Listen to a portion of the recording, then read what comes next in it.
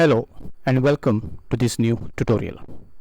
In this tutorial, we shall talk about the concept of warlordism.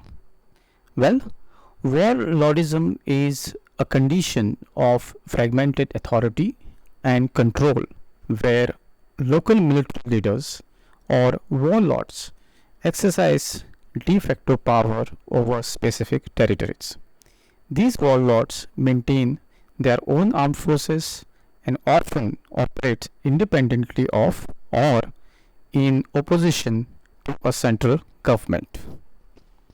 Warlordism typically arises in the context of state weakness, political instability, or during and after conflicts.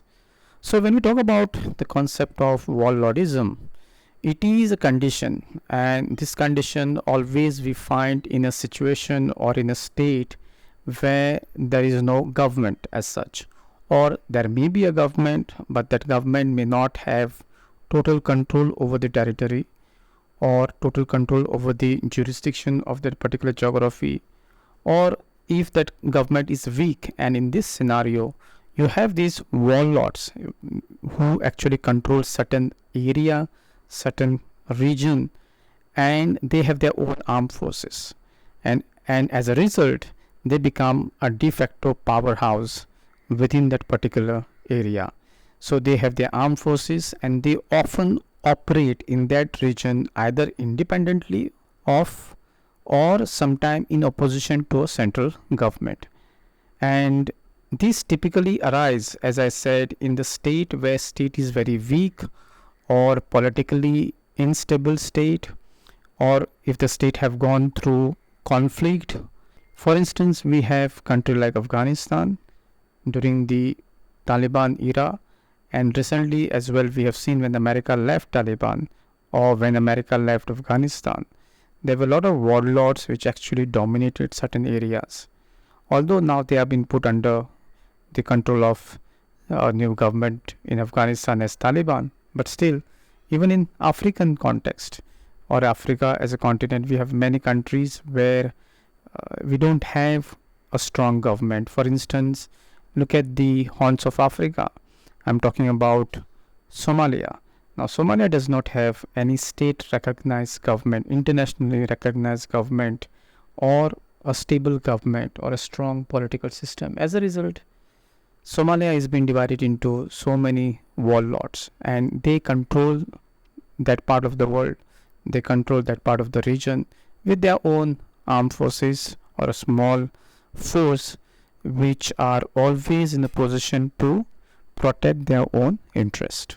जब हम warlordism का concept की बात करते हैं तो ये concept basically एक situation में उसको देखना बहुत important है, और ये situation यही है कि जब भी किसी state में कोई भी एक strong authority नहीं है और एक ऐसी अथॉरिटी जिसका कोई कंट्रोल नहीं है स्टेट के ऊपर, स्टेट अपने आप अंदर बहुत तरीके से डिवाइड हो चुका होगा या फिर फ्रेगमेंटेड होगा स्टेट, इसमें जो लोकल मिलिट्री लीडर्स रहते हैं या फिर उनको हम वॉरलॉर्ड्स भी कहते हैं, वो अपना पावर यूज़ करते हैं क्योंकि उनकी स्मॉल फोर्सेस रहती है या फिर स्मॉल आर्मी रहते हैं, और वो अपना दबदबा रखते हैं अपने एरिया में, अपनी स्पेसिफिक जोग्राफी में, उसके ऊपर वो अपना कंट्रोल रखते हैं।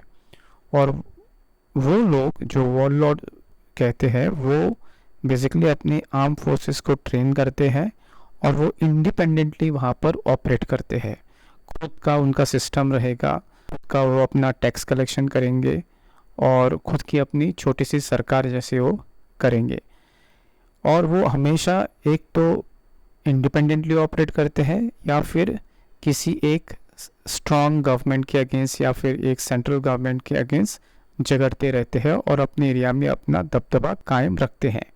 सो जो वॉरलॉर्डिज्म है वो बेसिकली हमें देखने को मिलता है वीक स्टेट में, जहाँ पर पॉलिटिकल इंस्टेबिलिटी ज़्यादा होती हो या फिर कॉन्फ्लिक्ट चल रहा हो या फिर कॉन्फ्लिक्ट ख़त्म होने के बाद जो सिचुएशन एक पैदा होती है जहाँ पर बहुत अनसर्टेनिटीज़ रहती है, उस सिचुएशन में because of lack of central government ability या फिर एक अगर कोई स्ट्रॉन्ग सरकार नहीं है तो ये जो ग्रुप्स रहते हैं या फिर ये जो इंडिविजुअल्स रहते हैं जिनकी खुद की छोटी छोटी फोर्सेस रहती है, वो अपना दबदबा कायम रखते हैं अपना इंटरेस्ट को प्रोटेक्ट करने के लिए, उनके कम्युनिटी का इंटरेस्ट को प्रोटेक्ट करने के लिए, या फिर एक जो उनका कल्चर है उनको प्रोटेक्ट करने के लिए वो खुद की छोटी सी आर्मी बना के अपना एक सिस्टम को कंटिन्यू करते हैं.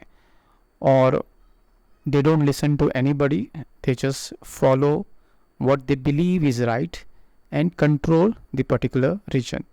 बहुत से ऐसे एग्जाम्पल्स हमने देखे हैं हमारे दुनिया में, जैसे कि fresh example would be Somalia.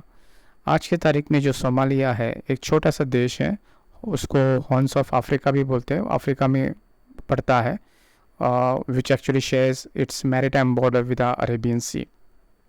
सो ये जो देश है उसकी कोई खुद की सरकार नहीं है, मतलब सरकार है छोटी सी, उसको हार्डली कोई रिकग्निशन होगा. उसको वो बहुत उस देश में जो सोमालिया है वो हिस्सों में डिवाइड किया गया है उसको, और हर एक उसका हिस्सा मतलब नॉर्थ या साउथ सोमालिया, उसके अंदर उनके वॉलनॉट्स हैं जिनकी खुद की छोटी सी आर्मी है और वो अपना इंटरेस्ट वहाँ पे प्रोटेक्ट करते हैं और वो किसी की भी नहीं सुनते हैं, राइट. सो देयरफॉर जो वॉलनॉटिज्म कंसेप्ट है ये बेसिकली एक कंडीशन होता है जहाँ पर because of lack of central authority, because of lack of strong authority, the local military leaders form their own small forces in order to protect their interest within the country, and therefore they have been called either military leaders or warlords.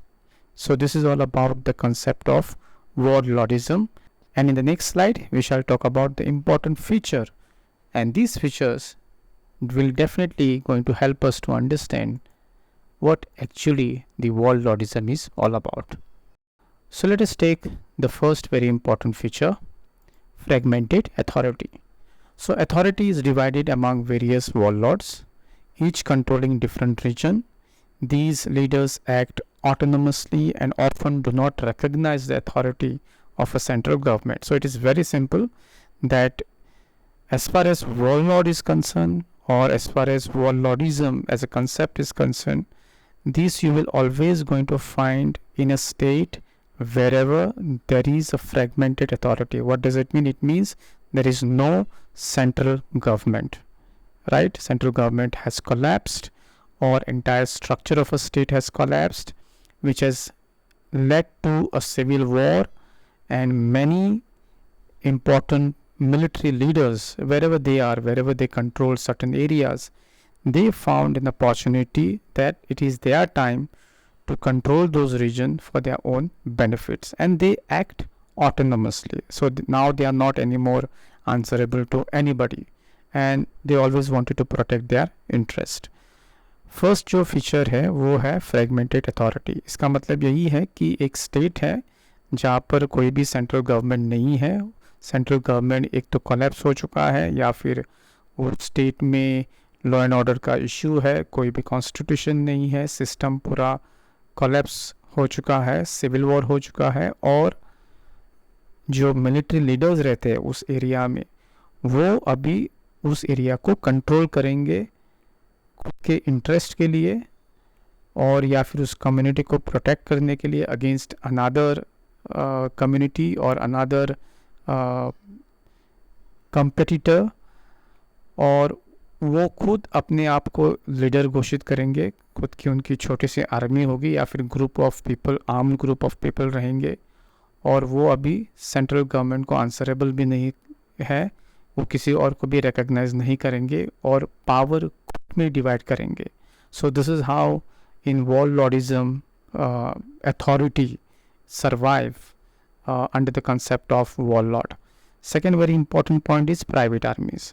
So as I was talking about, warlord always maintain a private militia or army which they use to enforce their rule, extract resources and protect their territory from rivals. So Again, in a situation like Somalia could be a fantastic example to understand how warlordism actually functions. So now in Somalia, we don't have the strong government. That government itself is surviving or struggling to survive. As a result, the country is divided among many small warlords. And these warlords have their own private armies, militia, and every one of them have their own sort of a rules and regulation. They extract resources from those region and they want to protect their territory from the rival group. दूसरा जो very important feature है वॉरलॉर्डिज्म का वो है private armies. और जैसे हमने example लिया है सोमालिया का, सोमालिया में अभी आज के तारीख में कोई भी स्ट्रॉन्ग गवर्नमेंट नहीं है. इसकी वजह से पूरा जो देश है वो बिखरा हुआ है स्मॉल ग्रुप्स में, स्मॉल वॉरलॉर्ड्स में. और ये वॉरलॉर्ड्स हमेशा अपना खुद का इंटरेस्ट प्रोटेक्ट करते हैं with their own small आर्मीज and they are answerable to none of the authority rather than themselves. So next very important point is economic control. So warlords often exploit local resources such as minerals, agriculture or drug trade to finance their operations. They may impose taxes or extort money from local populations.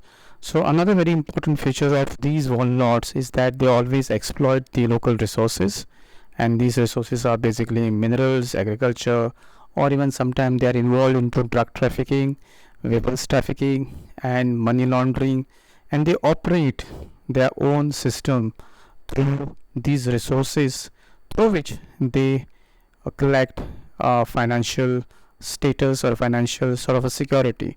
So as far as their financial operations are concerned, they collect this money from these resources. Sometimes they also impose taxes, as I said. They have their own system. They also sometimes extort money from the local population because that is how the system works in warlords countries or a state or a region, ungoverned territories which have been controlled by these warlords. तीसरा जो बहुत important point है वॉरलॉर्डिज्म का वो है उनका economic control. तो ये जो वॉरलॉर्ड्स होते हैं वे हमेशा जो रिसोर्सेस है उस एरिया में उसको वो कंट्रोल करते हैं, उसको एक्सप्लॉइट करते हैं, भले वो मिनरल्स हो, एग्रीकल्चर हो, ड्रग ट्रैफिकिंग हो या फिर ह्यूमन ट्रैफिकिंग समटाइम और इवन वेपन ट्रैफिकिंग. और उससे जो उनको फ़ायदा मिलता है वो फ़ायदा उन्हें थोड़ी सी स्टेबिलिटी देती है बिकॉज ऑफ फाइनेंशियल ऑपरेशंस. कभी कभी वो अपना खुद का टैक्स भी इम्पोज करते हैं लोगों के ऊपर या फिर लोगों से ज़बरदस्त से भी पैसे उठाते हैं. This is how the system function. जहाँ पर कोई भी सरकार नहीं है, स्टेट टोटली कोलैप्स हो चुका है या फिर जिसका कोई स्ट्रक्चर ही नहीं है. और इसी सिचुएशन में वॉरलॉर्ड्स हमेशा रीजन्स को कंट्रोल करते हैं with the use of their own private आर्मीज and power. Fourth very important point is political power. Warlords exercise significant political power within their territories. They may establish their own governance structure, laws and administrative system. We also see that sometimes warlords exercise their own political power within that particular territory, and they will establish their own sort of governance. They will have their own structure, they will have their own laws, and they will have their also own administrative system. So warlord जो होते हैं वे हमेशा अपना जो political power है वो उसको exercise करते हैं और उसका जो जुरिस्डिक्शन रहता है, उसका जो एरिया ऑफ इन्फ्लुएंस रहता है वो हमेशा उनके टेरिटरी में हो रहता है.